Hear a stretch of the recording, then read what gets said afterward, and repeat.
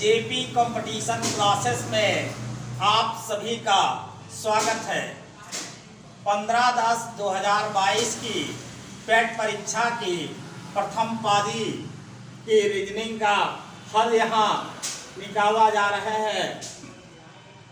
यहाँ जो रीजनिंग के क्वेश्चन आए थे बहुत ही अच्छे क्वेश्चन थे।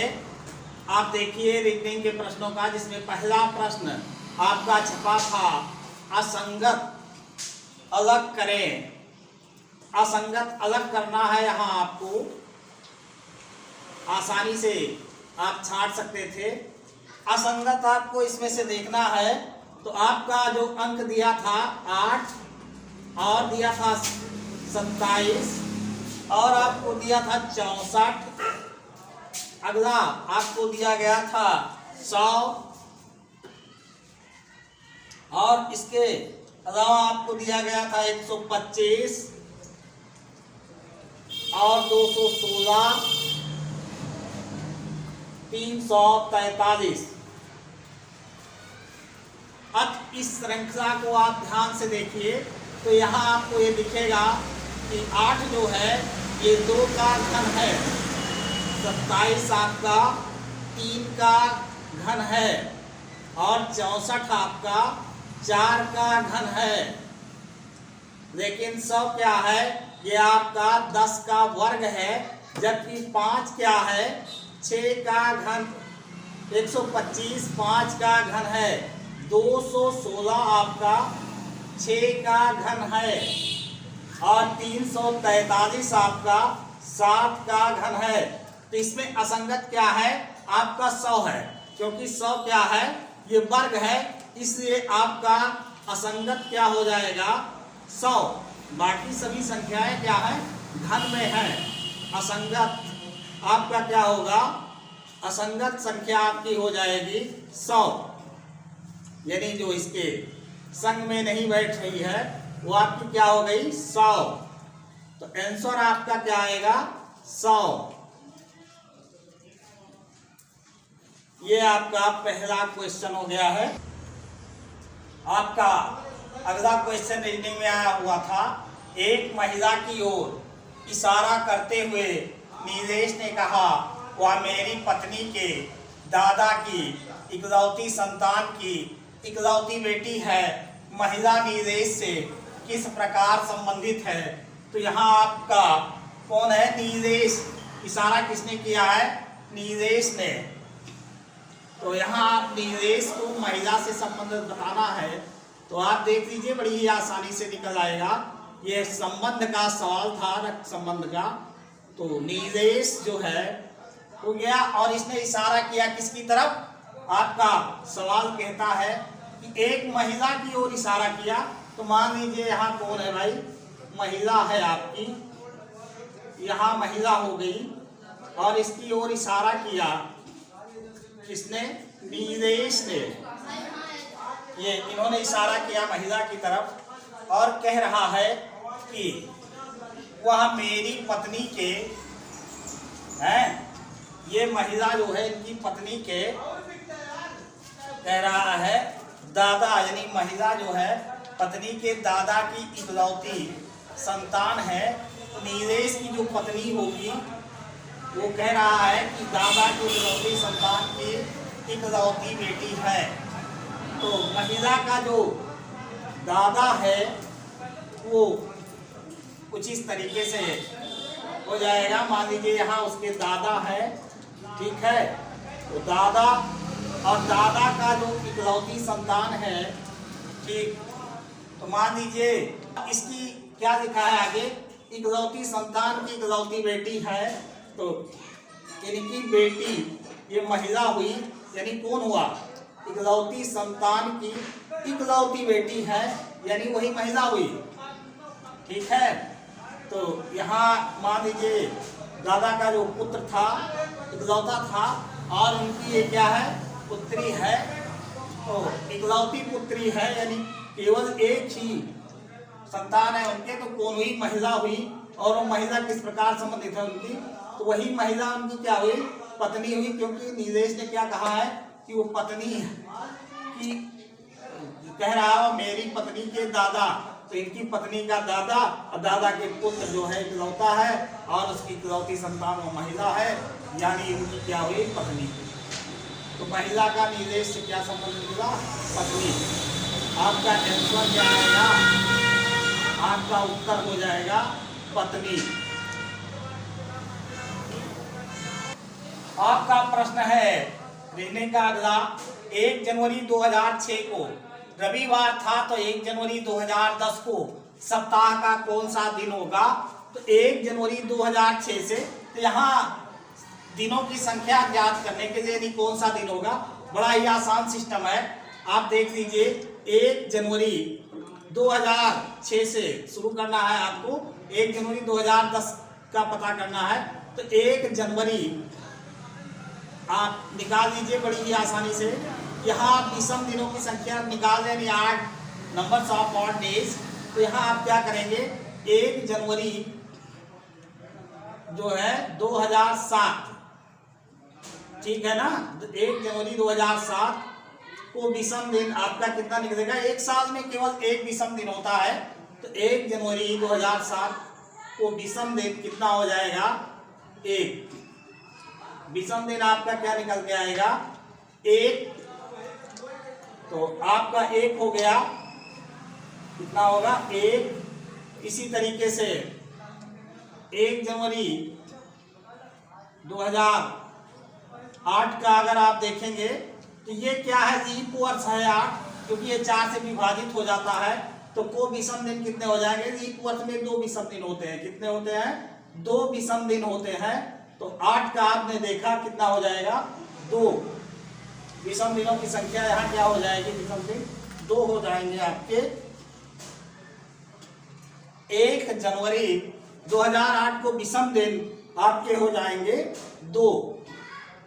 तो इसी तरीके से 1 जनवरी 2009 को कितने हो जाएंगे? 1 जनवरी 2009 को जो विषम दिन होंगे वो आपके एक दिन और बढ़ जाएगा, और उसके बाद 1 जनवरी 2010, तो यहाँ आपके जो विषम दिन होंगे इनकी संख्या आपकी एक और बढ़ जाएगी।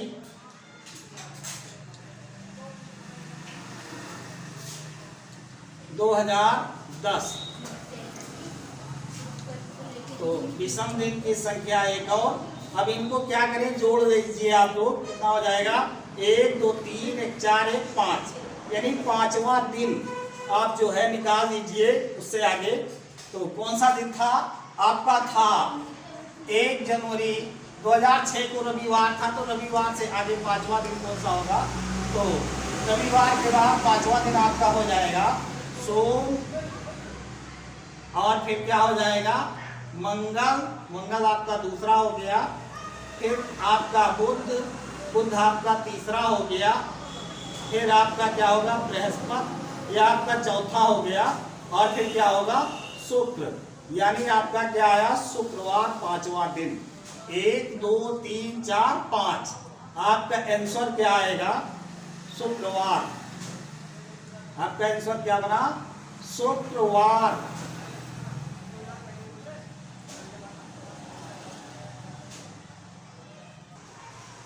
अब आपका कथन और निष्कर्ष का क्वेश्चन आया था, जिसे आप आसानी से हल कर सकते थे।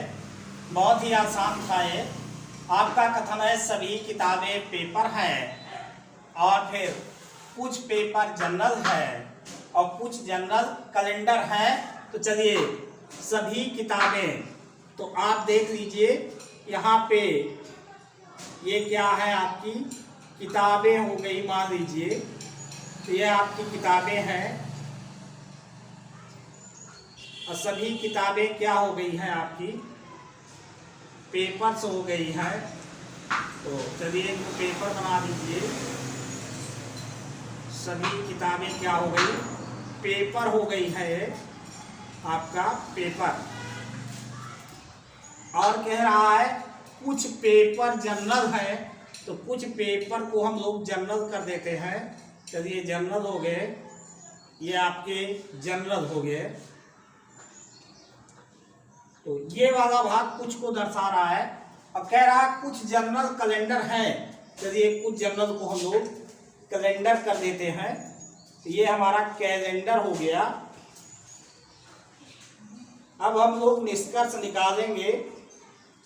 यहाँ पे दिया है कुछ जनरल किताबें हैं, तो कुछ जनरल क्या है किताबें, नहीं भाई किताब तो अलग है, क्योंकि कुछ जनरल पेपर हैं, तो इसलिए पहला वाला निष्कर्ष आपका नहीं निकल रहा है, यानी ये नहीं निकला।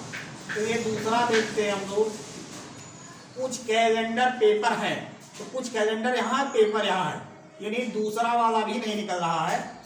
अब आपका अगला जो है दिया गया है कुछ किताबें जनरल है, तो कुछ किताबें, तो किताबें यहाँ है और जनरल यहाँ है, तो किताब भी जनरल नहीं है, ये भी नहीं निकला। आपका अगला है कुछ किताबें कैलेंडर है, तो कुछ किताबें कैलेंडर है, तो किताब यहाँ है कैलेंडर यहाँ है, यानी ये भी नहीं निकला। तो आपका इसमें उत्तर बनेगा इनमें से कोई नहीं, ये आपका आंसर हो जाएगा इनमें से कोई नहीं। क्या होगा, इनमें से कोई नहीं, ये आपका सही आंसर है, इनमें से कोई नहीं है। तो ये आपका हो गया। आपका अगला क्वेश्चन आया हुआ था कोडिंग डिकोडिंग से, यानी NORMAL को RNPLBM के रूप में कोडित किया जाता है, तो गैदर यानी GADHER का कोड क्या होगा। बहुत ही आसान था, जैसे आप इसको करें। देखिए इसका हल कैसे निकल रहा है। आप लिख रहे हैं NORMA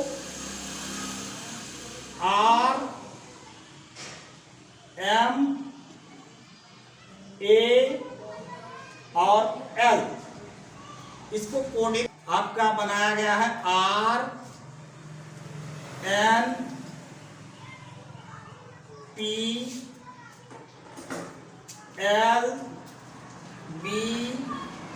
और M। अब यहाँ आप ध्यान दीजिए, बहुत ही आसानी से आपसे पूछा क्या है इस वाले का, GATHER।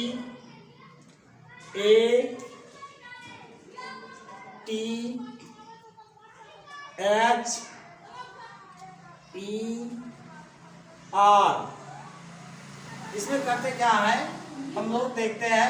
आप यहाँ देखिए बहुत ही आसानी से R यहाँ ट्रांसफर किया गया है, तो यहाँ आप इसको ट्रांसफर कर लें। देखिए ये इसको भी, यानी तीसरा वर्ड आप यहाँ लाएंगे, क्या आएगा T। और फिर क्या किया है, इस वाले को यहाँ रखा है, यानी इसके बाद आप क्या लिखेंगे G, यानी इसको यहाँ लाए हैं। और फिर बीच वाले से आगे बढ़ गए हैं, यानी OP। यहाँ भी आप क्या करें, A का B कर दें। इसी तरीके से लास्ट वाला वर्ड सीधे यहाँ लिखा गया है, आप भी लास्ट वाला शब्द यहाँ दे दें, क्या आएगा R। ये सीधे आ रहा है आपका, और इसमें एक की वृद्धि हो रही है, यानी +1, और ये आपका वैसे ही आएगा।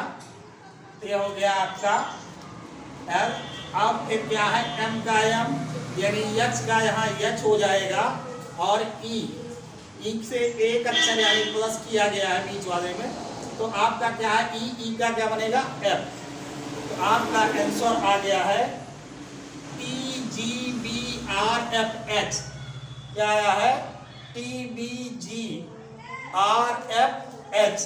ये आपका आंसर हो गया है, यही आपका आया हुआ था परीक्षा में।